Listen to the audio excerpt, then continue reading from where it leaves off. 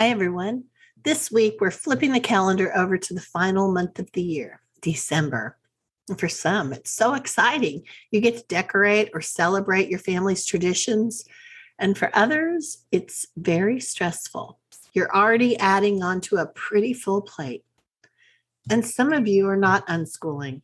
Maybe you're almost unschooling, or you're doing the basics in a traditional way and you're unschooling the rest.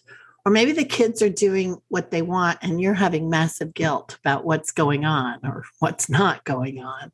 So I have a proposal for you. What if you try unschooling for December only? Call it an experiment. Tell that fear in your head it's just for 1 month. Then do the reframing in your head. And that's where the heavy lifting is anyway. I have some ideas to help you do this. But first, in case you're new here, I'm Sue Patterson, and this is the Unschooling Mom to Mom podcast. My kids are all grown now, and I'm here to help you see that unschooling really does work. They can get into college and have careers and buy homes, live the lives they want, and all after having enjoyed their childhood, without all the unnecessary hoop jumping and memorizing things they'll never need. And you can skip the power struggles and the wrangling that, again, fear has told you is necessary to be a good mom or a good parent, because that's not true. You don't have to do those things. And have you noticed what the price is for all that struggling? Less connection, more frustration, angry outbursts and resentment from everyone. So do this. Close your eyes, take a deep breath, and think about what life would be like without power struggles. Enjoying the day together with the kids, living in the moment, no worries about the future, accepting everyone for who they are, flaws and all, not even pointing out the flaws, and maybe doing that for yourself too. How about doing activities everyone enjoys? Laughing together, creating good memories that will carry with them for their entire lives. So that's what unschooling through December could look like. Learning really does happen, whether you orchestrate it or not. What if you just stopped? What if you took the energy you'd used to force the kids through something and used it to identify the learning they're doing without you making them?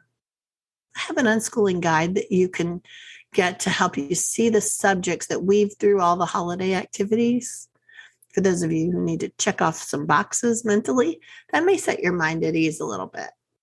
But look for other things too: compassion, generosity, kindness, cooperation, problem solving, critical thinking skills. These are so much more important than whether they know their sevens by a certain age. So how about it? Want to try this experiment with me? Unschooling in December? Like really going for it? Your job will be to not backpedal. No nudging, no giving someone the side eye for their choice. And know that you will have some obstacles. Some will be internal, some will be external. So let's do a little preemptive planning together. When someone says, not doing any schooling this month, eh? How about answering, the holidays give us so many opportunities to learn. We've just decided to take advantage of it all. And if it's self-doubt that creeps in and you start thinking, am I doing enough for these kids? Remind yourself of these 3 things.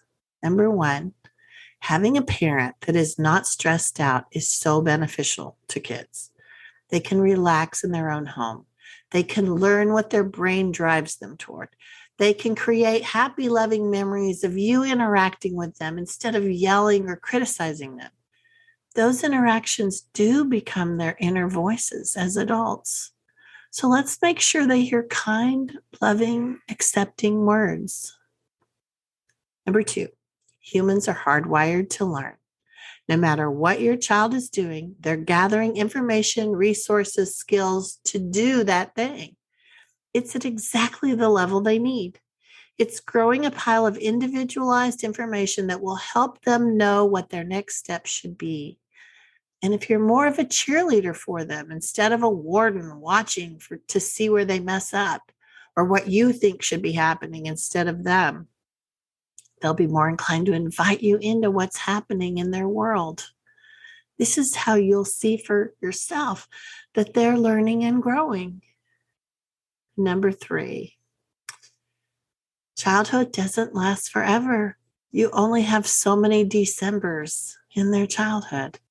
Don't let that slip through your fingers because of some curriculum company or story in your head or person that you wish you could be more like. Let those comparisons go. They're interfering with the life you could be having. And so here are a few action steps, journaling for you. And if you don't journal, take time to ponder these ideas over your morning coffee or while you're folding laundry or sitting at the traffic light, whenever you have a moment. Think about what stresses you out the most. Get specific. Is it the time of day? Are you hungry? Are you stressed when you didn't sleep well? Could you fit in a nap? It's not self-indulgent if it helps you be the parent you want to be. Next, are you stressed because you're comparing yourself to someone else? Or maybe you have voices in your own head that tell you you aren't doing a good enough job. Those voices, often from your own childhood, aren't true. They're not relevant to what's happening right now. They're actually getting in the way and preventing you from doing a good job. And even more importantly, preventing you from enjoying this life you're creating. Next, maybe you need to think about responses to people who are critical of this choice. Tell them, yes, we're doing something different for December. It's an experiment, and I want to try. And this is a good month for it. Say it confidently, even if you feel a little shaky inside. Our shakiness sometimes invites people to come in and help us, rescue us from our insecurities. Don't open yourself up for that. And lastly, sometimes people tell me they're worried about the mess that comes when you follow kids' interests. I do have a De-Stress the Mess challenge happening December 6th through 10th. That's next week. Each day, I'll give you some practical tips to get the chaos under control in your home, because minimizing the mess will decrease the stress. So I'll put the link in the show notes or the comments below to help you. Taking a month to unschool, leaning in toward your children will be such a great thing on so many levels. You have your kids home with you because you want a better life together. Sometimes we have to reframe some of that old thinking that creeps in. Hopefully this podcast helps a little. And of course, I have a lot of resources to get you more support. You can always join my coaching group if you need a lifeline to do this with others who are doing the same thing. So that's it for me. I'll be back again next week. Enjoy your kids and try this experiment of really unschooling for December. Let me know if you do. Take care.